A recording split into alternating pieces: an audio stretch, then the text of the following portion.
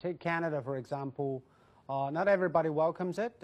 Figures from Ledger ACS reveal that 52% of those aged between 25 to 34 see mandatory vaccination a human rights violation, and 17% refuse vaccination outright. And in America, there is also half of the population who have problems with taking vaccines.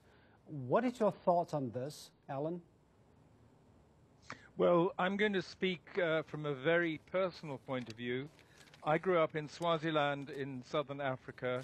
When I was 6 years old, I had measles, which mutated into encephalitis, which is a life-threatening disease. Had I got measles, I wouldn't have got measles 5 years later because vaccinations were rolled out. Vaccinations are a fundamental way to deliver public health.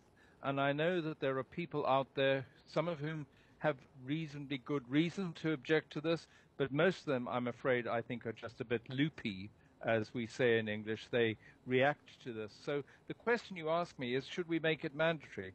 And the answer is, it's very hard to make it mandatory in Western democracies. But what you can do is make it necessary to have a vaccine in order to engage in certain activities.